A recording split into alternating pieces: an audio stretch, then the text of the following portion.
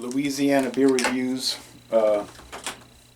beer-based reviews. Sauza agave cocktails, cocktail-inspired drinks, does not contain distilled spirits. Black cherry smash, 8% alcohol, sweetened with agave nectar.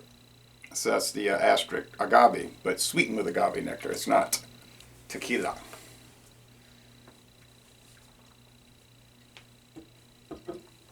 So,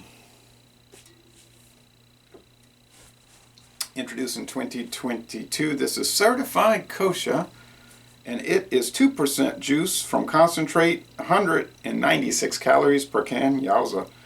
And it is canned for Sauza Beverage Company by the Boston Beer Company of Massachusetts, Pennsylvania, Cincinnati, Ohio. Also, special agreement, Tennessee and Wisconsin, that is City Brewing. So they got a contractor and a subcontractor. But you can look it up on sauzatequila.com. And this is September 2022, P79-2. I think that's Pennsylvania, the 79th day of 2022, I think. At 14 hours and 21 minutes, 2:21 p.m. Eastern time, but I'm not sure. Okay.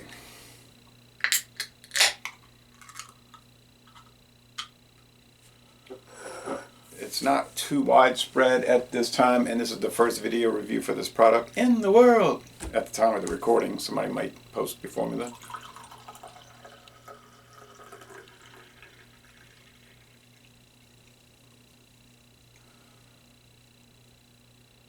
Premium malt beverage with natural flavors. Nowhere does it say coloring added. So the color is coming from the cherries, the black cherries. Okay, and the black cherry juice. So it's pink. There's some bubbles. No head of foam, no lacing on these kind of things. Now you might get one that says T, Tennessee, W, Wisconsin, or P like I did, Pennsylvania, M, Massachusetts, O, Ohio.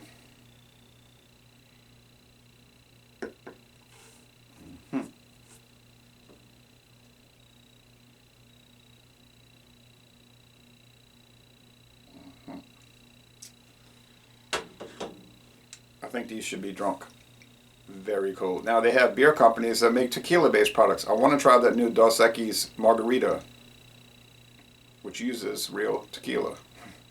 Beer company making spirit drinks and spirit company making beer drinks, or at least having beer drinks made for them. Smell like black cherries. My grandfather used to make cherry bounce with black cherries, little tiny cherries from a cherry tree in Baton Rouge, and it smelled like this. All right, let's go with the taste chars.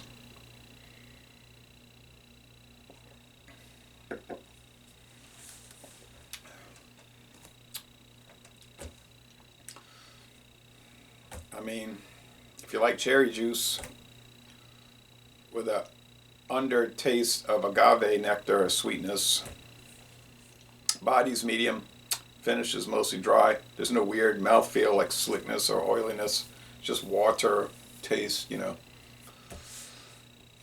What kind of beer are they using? Are they taking Samuel Adams Boston Lager and filtering it down to a clear, odorless, colorless beer base and then adding the flavor of this? I do not know, but I'd seriously doubt it. Anyway, there might be some special malt product that all the companies use. City Brewing, right? In Memphis, Tennessee, and La Crosse, Wisconsin, and Latrobe, Pennsylvania. But it doesn't list Latrobe on here. Well, they got Breinigsville here. Boston Beer Company, Anheuser-Busch, because now they're doing contract things like this, like the Southern Comfort line and the Margaritaville line, for instance. So it could be a thing that they all use that they buy from a wholesaler. Mike's Harder, you know. Mike's Hard. Cayman Jack. So on.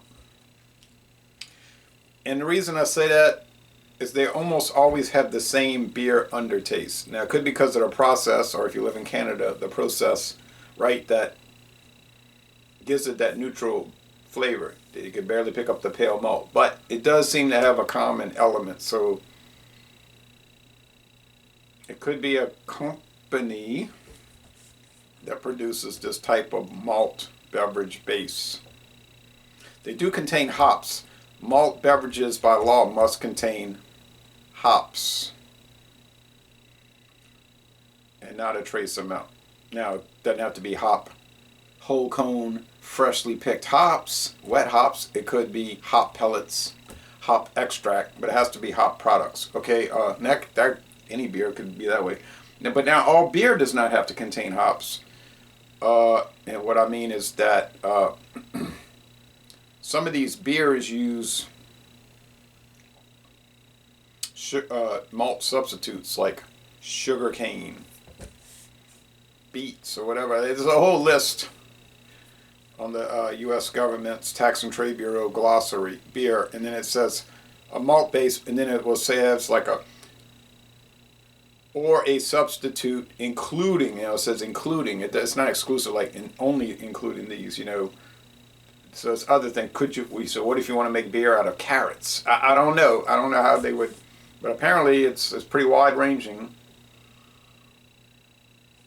And in those areas, I don't think it required hops, but if it's like that Howdy Do was a fruit punch beer, but is made from cane sugar.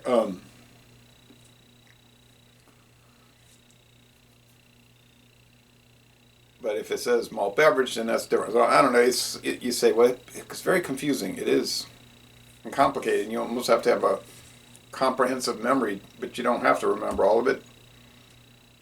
You can just look it up. But it is convenient to kind of remember it and say, oh yeah, it has to be like, with liquor, like, oh yeah, if it's straight bourbon, it has to be aged at least 2 years in new charred oak barrels. If it's just bourbon by itself, bourbon, it doesn't have to be aged any particular length of time. It could be 6 months and then it's bourbon, but it might be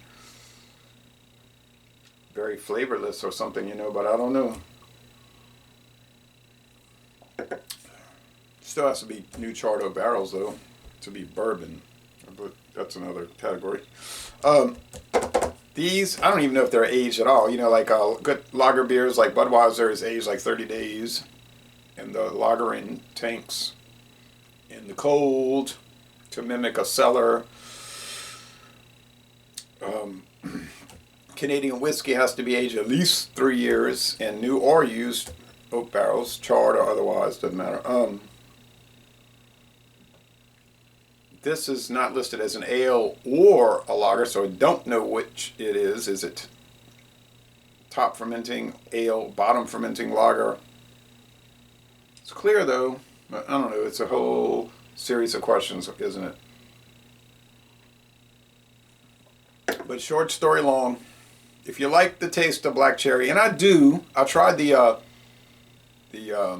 that seltzer one, the White Claw Black Cherry, which I guess is like a really popular White Claw. It was sort of like water with cherry juice flavor. I didn't hate it. I wouldn't buy it. It's technically a beer because it's made from sugar cane syrup, cane syrup, or some kind of sugar. And it's that substitute item, you see what I'm saying? No, I mean, and so it is under the beer category. But they don't claim, if you read the White Claw, to be a malt beverage.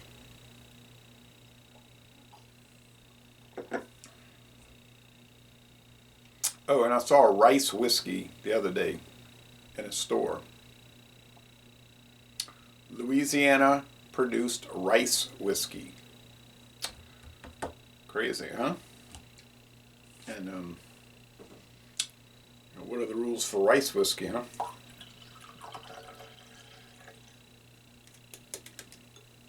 Score for this. Not the kind of thing I would ever buy to drink on purpose, but I bought it just because it was queer, it was strange, unusual. And although these days the unusual is the norm with these kind of products because they're coming out every other day, seem like these flavored malt beverages. So I don't know why I said it was strange in the sense it was a liquor company getting a malt beverage made is what I mean by that. But otherwise, even though I don't drink these ever regularly, and it's the truth, you can look at my fridge. I might get some Schlitz coming up for my standby beer. I see some fresh 12 packs at Mathern's, $11.49. I preferred it when it was $9.99, but I'm gonna go with a 93. Now you're saying you're grading it according to style, flavor malt beverage. Well, yeah, because that's what it is. If it was a double IPA, I'd be grading it according to how does it taste as a double IPA.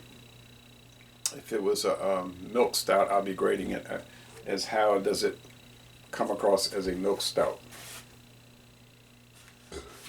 As a beer overall, it's really technically a beer. It's not, in a practical sense, a true beer. Okay, so let's take that into account. And I think we know that. I don't need to explain that, and we all understand that. So if you like flavor malt beverages, and apparently millions of people every day like them, I would highly recommend it. It's going to cost you $20 for a 12-pack. This day and age, $19.99 for a 12-pack is kind of, for a variety, 4 flavors. It's cheap these days. 10 years ago, that would have been outrageous. 5 years ago, it would have been highly questionable. Now, people say, yeah, that's normal. Guys' eyes are normal. All right, so we're going to end this review by saying, y'all go to one of those many different breweries I listed and take a tour.